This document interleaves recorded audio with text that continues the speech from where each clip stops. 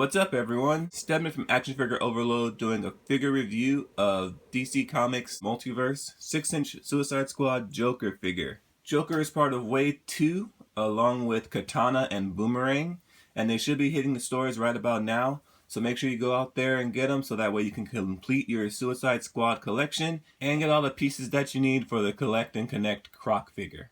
Starting with the box in the top left, we have the Suicide Squad logo. Below that, the DC Comics Multiverse banner.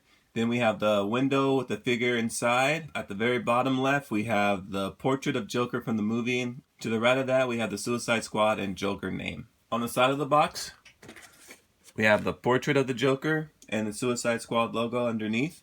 And on the back, we have all the figures in the series, a mixture of Wave 1 and Wave 2. Harley, Deadshot, Batman, of course, Wave 1. And Joker, Boomerang, and Katana are all part of Wave 2. To the right of that, we see all the pieces we would need to build the Collect and Connect Croc figure. And on the last side of the box, there is the DC Comics Multiverse banner and the Suicide Squad logo. I feel like all this chit-chat about the box is gonna get me hurt. So let's go ahead and pop him open and see what he's like.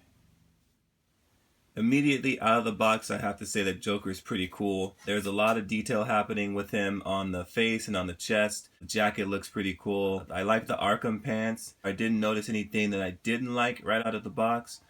I'm kind of wondering if the jacket will hinder the articulation at all, but we'll get to that a little further on in the video.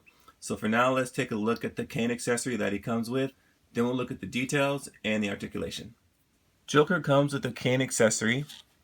It's a gold-tipped or gold-handled cane, and there's some pretty good detail happening there. We could see some of like the rivets happening across the handle, and that's on the front and the back side.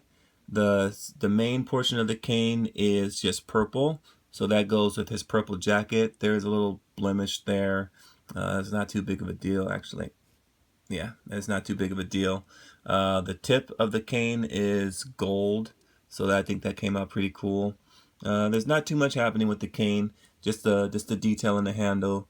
It looks like the way that they painted it, it looks like there's a little bit more detail than you just have to like zoom in and really take a look at it. But it looks like it adds some texture to it. And yeah, it looks pretty cool. I mean, nothing too exciting. We did see him with the cane in the movie for a minute or two. But I think that it came out all right. I'm really enjoying this Joker figure. There was a lot of criticism about him before he came out. I think that they did a really good job with him for his release. I really like the tattoos. All the tattoos that came out like very good. They came out clear, and there's not like any bleeding or anything with the tattoos. So we see the damage on the forehead. The hair came out really good. We see other tattoos on the side of his face. We're familiar with those because the other Joker had it. But the green in the hair is pretty much the same. The difference is this Joker is smiling, so we get to see those teeth. The nice grill that he has. So that came out really good. I like the silver. It really pops out and stands out against the red lips. The tattoos on the chest. We can get a better view of all the chest tattoos and tattoos on the stomach now that his chest is exposed with his jacket. So we see the Jester tattoo, and I think that came out really nice. The ha ha ha laughing that's happening on the other side. The Joker tattoo across the abs, and the smile tattoo in the lower abs. The detail that they put into the tattoos really reminds me of how good Diablo was. So I'm glad they didn't drop the ball with Joker, and they had him just as well. Moving down, the pants are pretty cool. You see a lot of the wrinkles because they're the baggy, like larger Arkham pants, and we can see Arkham written down on the side. The print came out really nice on Arkham. It makes it really look like the prisoner pants. He's not wearing any shoes or anything like that. So we have like the Joker feet hanging down here. If I had to say anything about the feet, they look a little small. I don't know, I just feel like they're a little smaller than they should be. The jacket came out really nice. There's a lot of texture happening in the jacket. We see all the lines in the design that we have in the jacket with the back here, the back button, the side pockets, and it is flexible, so it doesn't hinder the articulation at all. I just think they came out really nice. The collar is popping up over here, so Joker looks pretty good. And I almost forgot the smiling hand tattoo on the back of the wrist. You know, it's one of the cooler tattoos that he has. It actually might be one of my favorite tattoos because every time he put it up to his face in the movie, I just couldn't help but smile and laugh. Here's another look at that Jester tattoo, so we can just see how awesome that came out. The skull wearing the Jester hat. I think that's really awesome. Behind the jacket, there's nothing happening. It's just the plain pants, and then there aren't any tattoos on his back. So there's nothing to look forward to over there.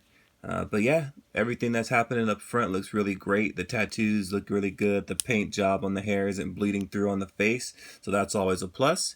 And yeah, I really like Joker. For articulation, Joker's head moves down, and it doesn't really move up too much, so it just goes back to resting. It turns left and right. The arms move up and out. There's the upper bicep cut there. There is the elbow that bends at 90 degrees. There is rotation at the elbows as well. The wrists rotate. He does have an ab crunch that allows him to move forward, not too much, just a little bit.